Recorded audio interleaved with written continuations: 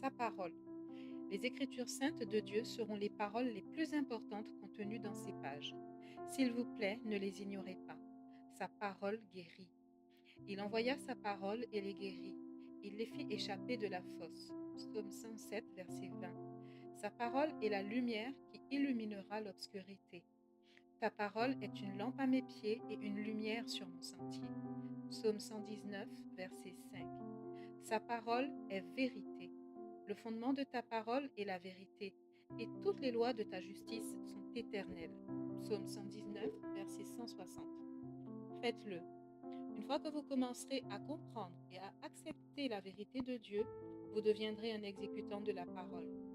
Car si quelqu'un écoute la parole et ne la met pas en pratique, il est semblable à un homme qui regarde dans un miroir son visage naturel et qui, après s'être regardé, s'en va et oublie aussitôt qui il était.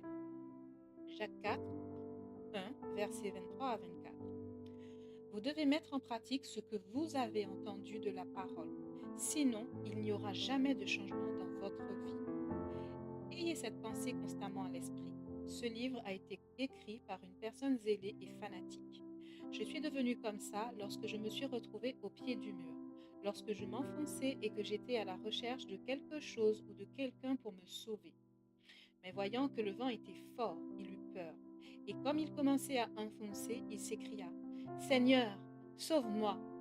Matthieu 14, 30. Je suis devenu comme ça lorsque j'ai constaté un grand vide dans ma vie.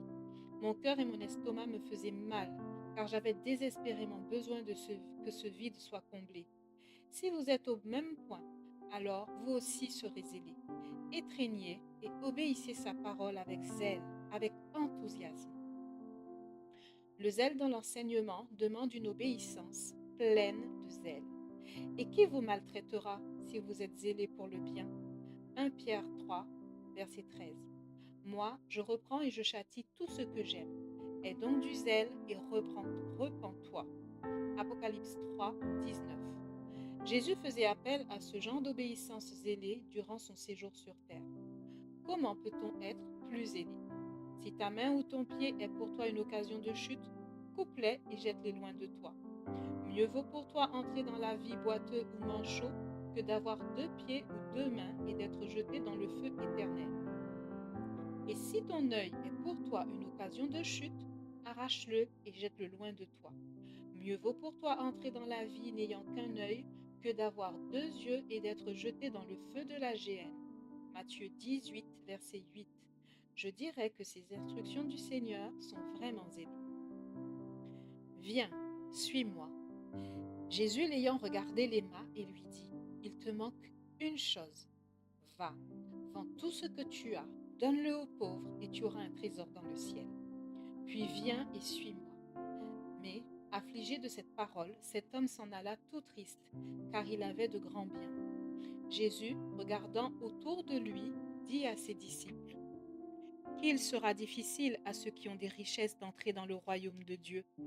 Marc 10, 21 à 23. Sommes-nous comme l'homme riche qui ne voulait pas suivre Jésus de peur de devoir abandonner ce qui lui était cher? Combien de fois vous a-t-il appelé, mais trop occupé avec les choses du monde, avez-vous choisi de ne pas le suivre? Ne manquez pas son appel maintenant. Il appelle votre nom. Vous n'avez aucune idée à quel point il se languit de vous. Mettez de côté tous vos bagages. Nous aussi, puisque nous sommes environnés d'une si grande nuée de témoins, rejetons tout fardeau et le péché qui nous enveloppe si facilement et courons avec persévérance dans la carrière qui nous est ouverte. Hébreux 12, 1. La nuit est avancée, le jour approche. Dépouillons-nous donc des œuvres des ténèbres et revêtons les armes de la lumière.